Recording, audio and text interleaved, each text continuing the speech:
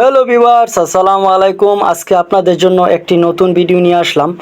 তো দেখেন, আপনারা দেখে বুঝতে পারতেছেন আমি কোন ধরনের ভিডিও মেকিং করছি আপনাদের জন্য। আজকে একটি যৌক্তিক কথা তুলে ধরবো, সেটা হচ্ছে ইলিশ মাছ নিয়ে। বাংলাদেশ মাছে ভাতে বাঙালি, আর ইলিশ মাছ আমাদের দেশে খুব ভরপুর হয়ে থাকে। ইলিশ মাছের স্বাদ অনেকেই জানেন, প্রচুর একটি স্বাদ রয়েছে এর মধ্যে। এই মাছ যেখানে সেখানে হয় না, এটা হচ্ছে নদীর মধ্যে আল্লাহ তালার গাইবী রহমত বলা যেতে পারে।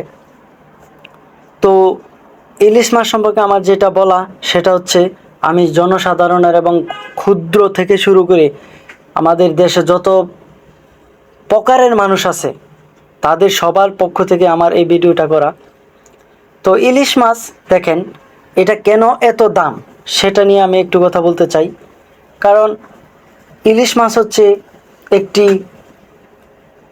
এক প্রকার বলা যেতে পারে কোনো খরচই নেই। এটা চাষ করতে তেমন কোনো খানা লাগে না, কোনো কোনো রকমের খাদ্য দিতে হয় না, এটা অটোমেটিক খাদ্য পেয়ে যায়। সুতরাং এই মাছ কেন এত দাম আপনারাই বলেন। আর এই মাছ যেন সবাই খেতে পারে সেটা নিয়ে আমার আজকের কথা। আশা করি ইনশাল্লাহ আমাদের দেশে ইলিশের দাম কমে যাবে। আমি মনে করি ইলিশ থেকেও শিং মাছ, কই মাছ, এছাড়া পাঙ্গাস মাছ, এগুলো 1000 টাকা কেজি হওয়া উচিত। ইলিশ মাছ কেন এত দাম হবে? এটা কি খাবার লাগে?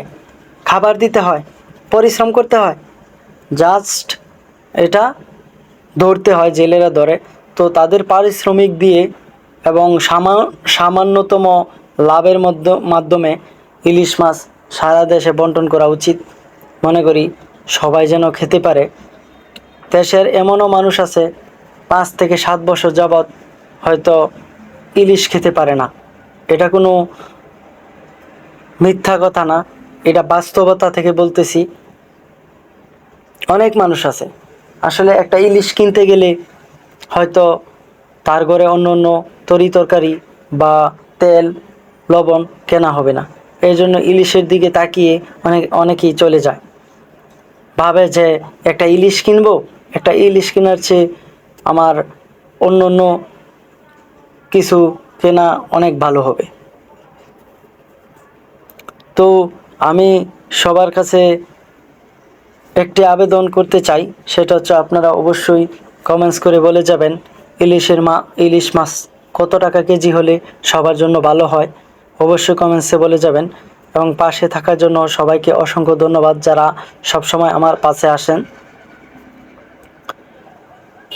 তো দেখেন, ইলিশ কিন্তু বাজারে প্রচুর উঠেছে, কিন্তু দাম তো কমে না। আর দাম না কমার কারণে সবাই কিনতে পারে না, হাতের নাগালের বাইরে।